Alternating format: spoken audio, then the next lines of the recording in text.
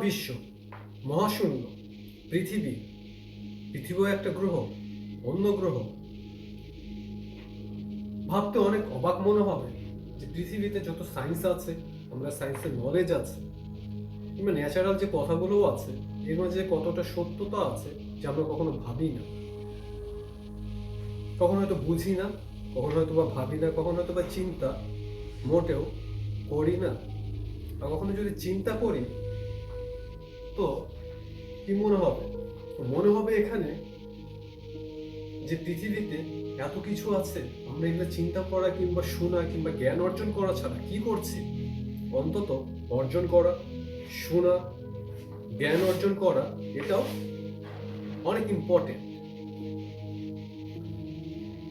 দেখা যাচ্ছে আমরা যে পৃথিবীতে বসবাস করি, আমরা যে অক্সিজেনটা ছাড়লাম, কিংবা এই যে রাস্তাতে ধুলা উঠছে, বাতাসের কারণে অনেক ধুলা উঠছে। কি হচ্ছে? এই ধুলাগুলো আকাশে উড়ে বেড়াচ্ছে 30,000 ফিট, 40,000 ফিট। বাতাসের যে বায়বীয় অবস্থায় যে টেম্পারেচার রয়েছে, যে প্রেশার রয়েছে, যে গতি রয়েছে, যে বেগ রয়েছে, যেখানে বাতাস রয়েছে, বাতাসে বল বেগ রয়েছে, পৃথিবীটা ঘুরছে। পৃথিবীটা কেমন? এক নিজস্ব কক্ষপথে গতি। সেই পৃথিবীটা সুন্দর করে সে গতিতে সূর্যের চারিদিকে সে ঘুরছে, শুধু ঘুরতে থাকছে। আর একটা কি? তার আহ্নিক গতি। নির্দিষ্ট কেন্দ্রে, নির্দিষ্ট জায়গায় সে এইভাবে একটা বলের মতো কিংবা এইভাবে একটা লাটিমের মতো সে ঘুরছে, ঘুরতে থাকছে, ঘুরতে থাকছে। এটাই 24 ঘন্টা। তাহলে কি হচ্ছে? তার একটা কক্ষপথ আছে, এই পৃথিবীর পুরাটা।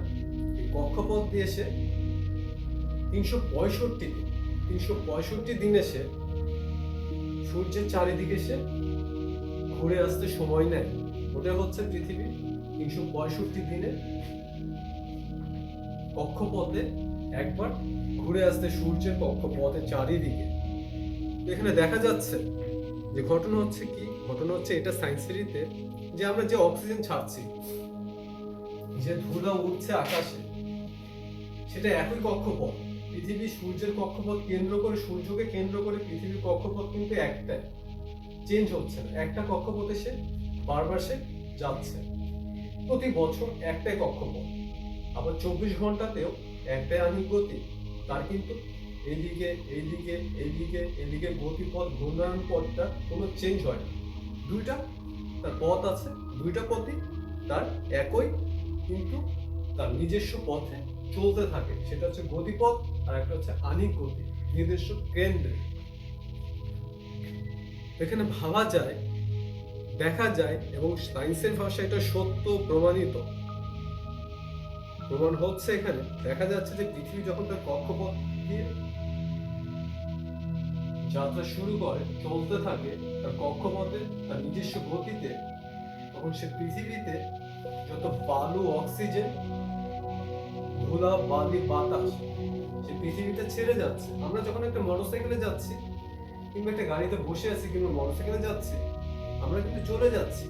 আর আমাদের শরীর থেকে ধুলা, বালি, অক্সিজেন একটা নির্দিষ্ট জায়গাতে থেকে যাচ্ছে। তারপরে সেই অক্সিজেনের যখন একটা গতি আছে, বালুর একটা গতি আছে, সেই গতি অনুযায়ী তারা যে একটা নির্দিষ্ট জায়গাতে থেকে যাচ্ছে। সেখানে কি বোঝাচ্ছে? আমাদের পৃথিবী যখন তার নিজস্ব গতি অনুসারে সে যাচ্ছে, সে যাওয়া পথে অবস্থাতে সে অণু, বালি, যত কিছু আছে বায়ুমণ্ডলে, সেগুলো নির্দিষ্ট জায়গাতে কিন্তু থেকে যাচ্ছে। আমাদের পৃথিবীটা একটা মোটরসাইকেল, একটা গাড়ি কিংবা একটা ট্রেন, একটা বাস, বায়ুমণ্ডল তার নির্দিষ্ট জায়গাতে আছে। পৃথিবী যাচ্ছে, তার অণু, বালু, অক্সিজেন অনেক ওই জায়গাতে থেকে যাচ্ছে।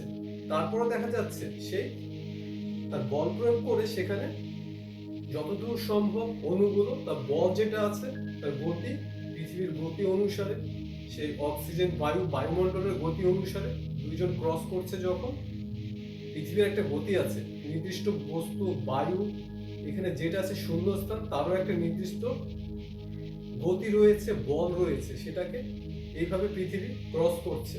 আবার সেটাও যদি বায়ু আসে বল প্রয়োগে, পৃথিবী সে বায়ুগুলোকে, গ্যাসগুলোকে এইভাবে ক্রস করছে।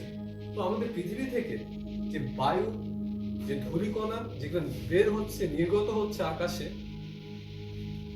5 ফিট উপরে হলেও সেটা আকাশ বলা চলে। পৃথিবীর যেহেতু গোলাকার, তার থেকে যেই উচ্চতায় সেটা থাকুক না কেন, 5 ফিট, 10 ফিট, 50,000 ফিট, সেটাই শূন্যস্থান। সে পৃথিবী থেকে যে স্থানে উঠে না কেন, সে বালু ধূলি কণাগুলো নির্দিষ্ট জায়গাতে থেকে যাচ্ছে, পৃথিবী চলে যাচ্ছে। আবার 365 দিন পর একই কক্ষপথে যে ধূলিকণা, যে গ্যাসগুলো নির্দিষ্ট স্থানে থাকছে, সেগুলোকে আমরা আবার পুনরায় ফিরে পাচ্ছি। যেগুলো ভাসমান অবস্থায় আবার নির্দিষ্ট জায়গাতে রয়েছে, ঠিক পুনরায় সেই জায়গাতে সেগুলো আবার ফিরে আসছে। সেই অক্সিজেন, সেই গ্যাস, সেই বায়ুগুলো আবার ফিরে আসছে, সেই জায়গাতে থেকে যাচ্ছে, আমরা আবার ফিরে পাচ্ছি। আর যেগুলো বাতাসের বল প্রয়োগের কারণে পুরো বাতাসের বল প্রয়োগের কারণে, যে কোনো বল প্রয়োগ, গ্যাসীয় বল প্রয়োগের কারণে যেগুলো কোনো তারপর ওটাই থাকে, ওই কক্ষপথে আর কেউ থাকে না। পৃথিবীর কক্ষপথে একটাই, অন্য কোনো গ্রহ আসবে যে তারপরে সেটা যে বল প্রয়োগ করে সেগুলো সরাই দিবে তা না। পৃথিবীর কক্ষপথে অনলি পৃথিবী একটাই, আর কোনোটাই না, শুধু একটা। তো পৃথিবীর কক্ষপথে একটাই আছে। পুনরায় যেগুলো ওই স্থানে রয়ে যাচ্ছে, অণু, বাতাস, ধূলিকণা, আমরা আবার পুনরায় 1 বছর পর ওই জায়গাতে এসে আবার ঠিকই 365 দিনে আবার একইভাবে ওই স্থানে পৌঁছে যাচ্ছি, সেম একই। তবে এটাই যে পৃথিবী যখন চলে যাচ্ছে, তার থেকে বালু ধূলিকণা এখানে থেকে যাচ্ছে, আবার পুনরায় ফিরে আমরা আবার ওই জায়গাতে চলে আসছি। যেগুলো ভাসমান আর যেগুলো নিচে পড়ার, সেগুলো নিচে পড়ে যাচ্ছে, আর যেগুলো ভাসমান সেগুলো ভাসমান অবস্থায় থেকে যাচ্ছে। এখন মহাশূন্যটা কি? যেখানে গতিপথ রয়েছে, সেখানে হচ্ছে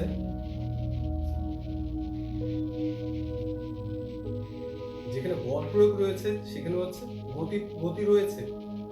যেখানে ভারসাম্য, সেখানে স্থির রয়েছে।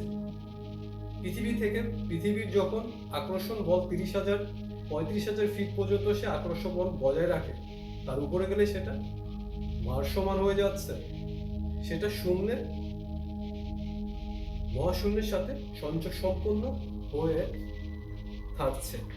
তো এখানে বোঝা যাচ্ছে যে 365 দিন পর আমরা আবার পুনরায় একই রাস্তায় ফিরে আসছি, একইভাবে সূর্যকে প্রদক্ষিণ করে আবার একই জায়গাতে অবস্থান করছি। সেই একই মহাশূন্য, একই গ্যাস, একই বায়বীয় অবস্থা, যেখানে স্থির আছে সেখানে আমরা পুনরায় ফিরে পাচ্ছি।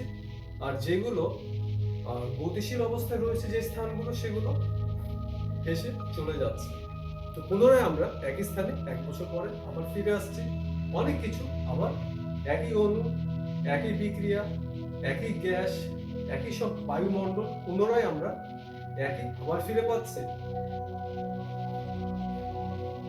যাদের বিজ্ঞানের নলেজ আছে তারা ভালোভাবে বুঝতে পারবে।